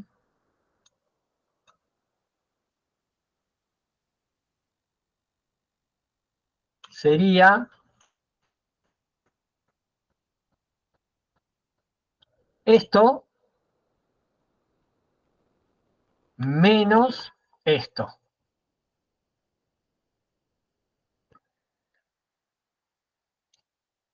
O sea, la cantidad, el volumen de orina menos el volumen de agua que se va sin solutos. Ahora, esto puede ser mayor que esto o menor que esto. Bien, si la cantidad de orina es mayor a la cantidad del clearance osmolar, o sea, la cantidad de plasma que se va sin solutos, quiere decir que se está eliminando más agua por orina. O sea, que una orina hipotónica. Si esto da negativo, o sea, el volumen de orina es menor al volumen de plasma que se va depurado de solutos, esta resta me va a dar negativa, porque este valor va a ser más alto que este. O sea que el clearance de agua me va a dar un número negativo. ¿Qué quiere decir? Que es una orina hipertónica.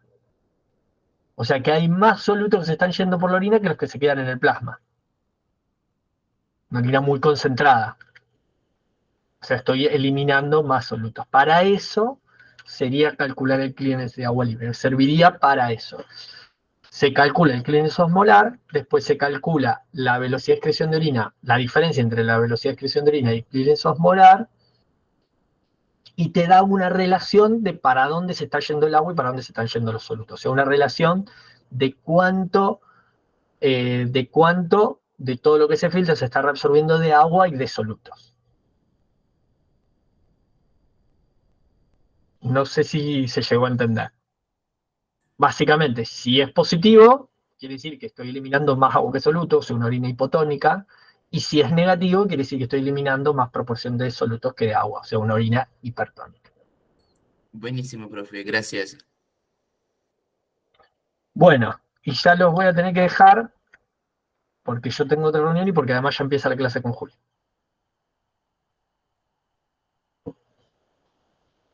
Muchísimas gracias, profe. Bueno, Gracias, nos profe. vemos. Gracias, profe. Chao, Chao. hasta luego. Chao, profe, gracias. Chao. Chao, profe, gracias.